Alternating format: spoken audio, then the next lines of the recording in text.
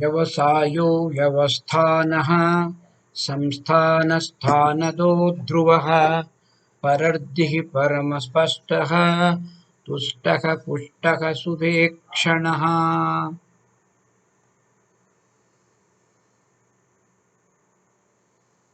Vyavasayah means resolute.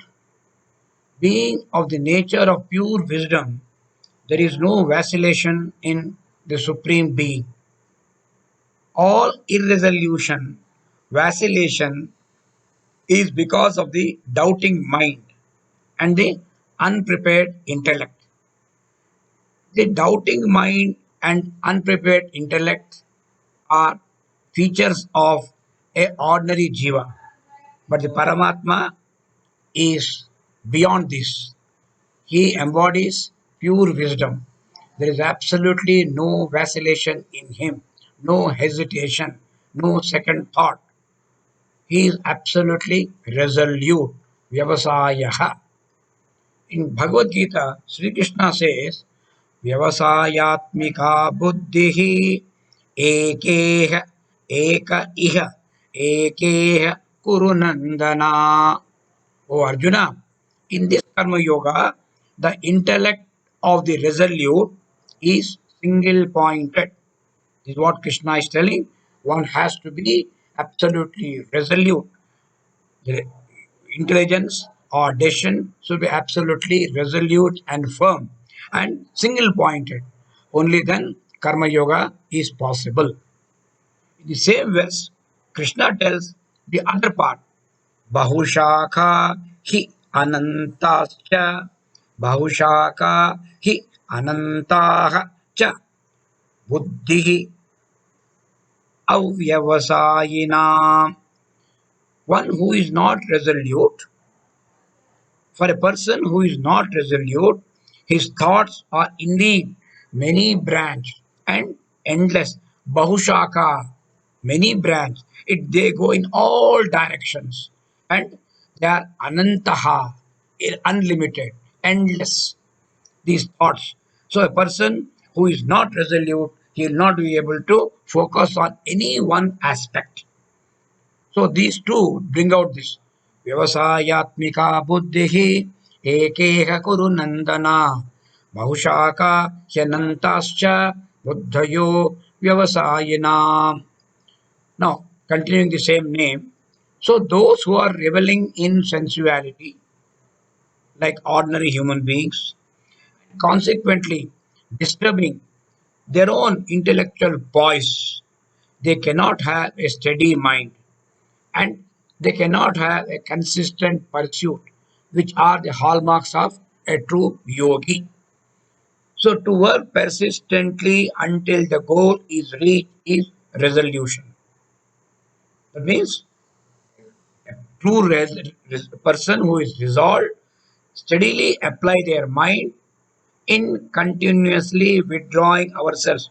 In the spiritual context, what we are supposed to do, what we should try to do, is to withdraw our senses from their preoccupation, normal preoccupation with the external sense objects, and try to focus on the inside. Antarmukha Samaradhya. That is what Lalita Sahasranama says. Bahirmukha Sudurlabha. So, a person who is focused on the outside will not be able to ever attain. A person who can focus inside, think of himself, he can do it. But for this requires tremendous resolution, firmness, determination. Vyavasayaha. Now, with such a resolute mind, the Supreme, he becomes the basis for the pluralistic world. Vyavasthanaha. Vyavasthanaha, sthana, samsthana, vyavasthana is a firm basis, it is a substratum. On this substratum, the entire universe is built. So the entire universe is resting on the firm resolution of the Supreme Being. And he is the one who orders, who frames the laws of the cosmos and ensures that these laws are respected. He is the lawmaker, he is also the administrator of these laws. So such a person, such a huge supreme being is ultimately is the real goal for all the beings. Samsthanaha is ultimate goal, ultimate object, ultimate destination of every good individual. Now, because all these devotees, all these seekers, finally they try to get absorbed in him. And he is the one who absorbs unto himself, within himself, all the names and forms. This, in any case, it does happen in the time of deluge. The one source into which all perceptions, all emotions, all thoughts retire, withdraw, and merge at the time of a deep sleep, that is Pralayakala, is the Samsthanaha. So, in short, it means he is the one who integrates the plurality of the universe and absorbs it into all into himself. When the what you call the cosmic play comes to an end, these are like projections of the images on a screen. When the movie is over, all these projections vanish and you see nothing on the white screen. So this is something like a transcendent sense. So all this happens ultimately in the supreme being, Samsthanaha. Now he is the Sthanadaha. He is also the one who gives appropriate abode. Everybody would like to straight away go and obtain moksha, liberation. But is it possible for everyone whenever they want? No. A person has to try, and the Supreme will decide at the appropriate stage, the right person will get the right reward. So, every living organism, we gather vasanas according to our actions and thoughts. According to the vasanas, maybe the unfulfilled desires, unfulfilled vasanas, we are again to forced to take birth. birth. So, he is the one who gives the daha appropriate abode sthana samsthanadaha samsthanadaha sthanadaha. So he is the one who is giving appropriate abode, appropriate status to every individual as per their karma.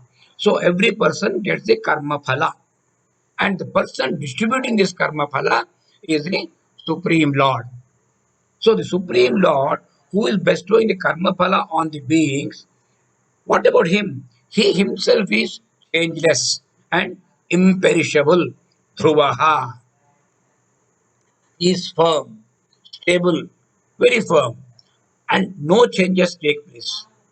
He is the changeless substratum against which changeless background, against which all changes take place. Again, it is something like a screen in a movie theater which is not moving. It is stationary, it is firm and fixed. On this non-moving screen, the images are moving, and we see the what we call it a film. So the entire universe is like a picture, is like a movie which is happening. The substratum, which is firm, is the supreme being, the changeless in the midst of all changing entities, that which is imperishable in the midst of all perishing objects, names, and forms. The entire universe is perishable. Supreme is imperishable. The body, mind, the body, the mind, and the intellect, and the worlds interpreted by them. These are all variables. These are all changeable. What doesn't change is only supreme. The consciousness which illumines all these bodies, mind, intellect of every jiva, every being, everywhere in the universe. That is the changeless. Bhagavad Gita, refer to Bhagavad Gita, verse 3, one of the opening verses of chapter 12, Bhakti Yoga of Srimad Bhagavad Gita. So all these adjectives are used there: imperishable, indefinable, unmanifest, omnipresent, unthinkable, unchangeable, immovable, eternal. Dot dots are shown because this is a continuation into two, three verses together. We have to read together. But here we are seeing only one verse. Etu aksharam anirdesham avyaktam paryupasate. That means etu paryupasate, one who worships Supreme, having all these attributes. Etu అక్షరం అనిర్దేశం అవ్యక్తం సర్వత్రగం అచింత్యం కూటస్థం అచలం ధ్రువం. Dhruvam is the name which we are dealing here.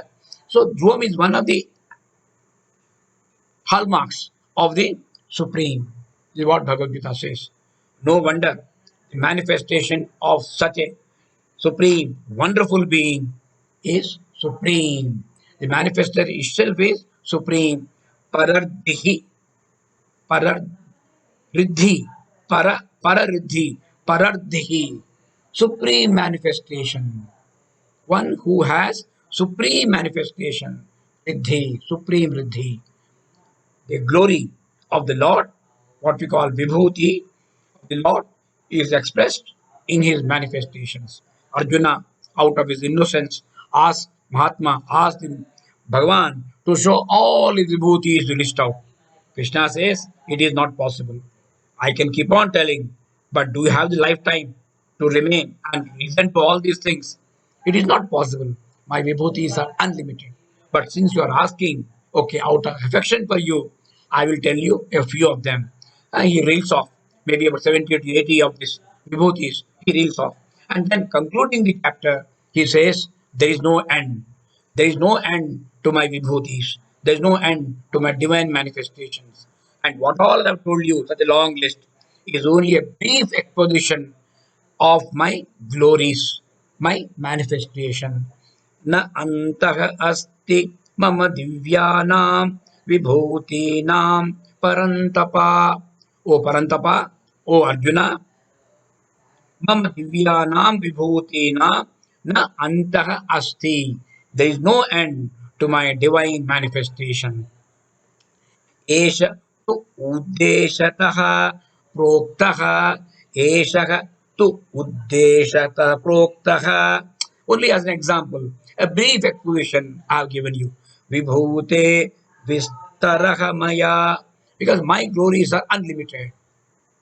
नान्तोऽस्ति मम दिव्यानां विभूतीनां परन्तप एष तूद्देशतः प्रोक्तः विभूतेर्विस्तरशो मया. So, one who has conquered, but he is not visible, avyakta to others. But for a person who has conquered their own mind, the full control of their mind, to such true devotees, we call them yogis, jnanis, mahatmas, to them he is absolutely clear, extremely clear, paramaspastaha. They are able to see as if they are seeing the lines in their own hand. This example which is given, extremely vivid, they are able to see. Only for those people who have conquered the agitations and disturbing agitation of their mind, disturbing thoughts of their mind. Only such people. And this is possible only when they pursue meditation to a very, very high degree. Only then they'll see. Vyaktam esha Mahayogi Paramatma Sanatanaha. To them, to Mahayogi, the Sanatana Paramatma, Vyaktam Esha, he becomes manifest. So his being, the very self, is nothing, in fact, so clear, so self evident as the pure consciousness in our own selves.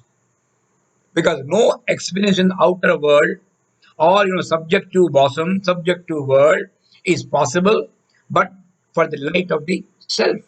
So ultimately what we are seeing is what is already contained in us. So even the sense of individuality, when I say I'm able to say I only because of that supreme awareness, supreme consciousness. Without that, even I don't get the feeling of I don't get the feeling of a jiva. So the sense of individuality in us is nothing else but itself is an image of the awareness, is an image of the awareness, which is very self in every living creature.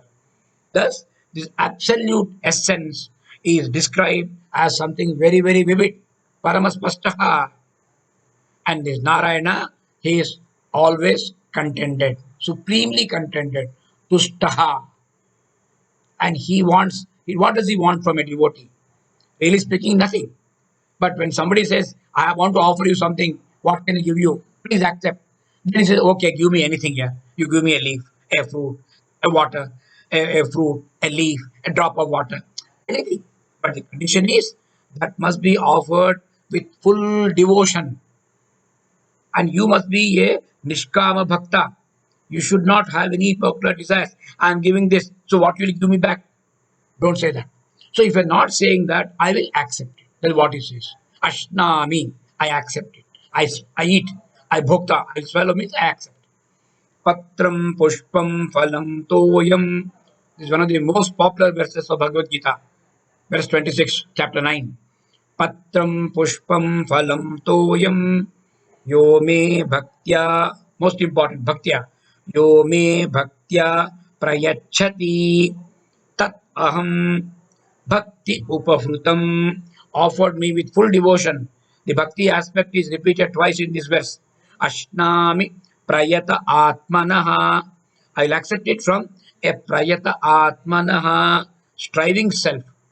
Patram pushpam phalam toyam yo me bhaktya prayachati tadaham bhakyupahrutam ashnami prayatatmanaha. Now the self being that supreme self, being beyond body, mind, and intellect.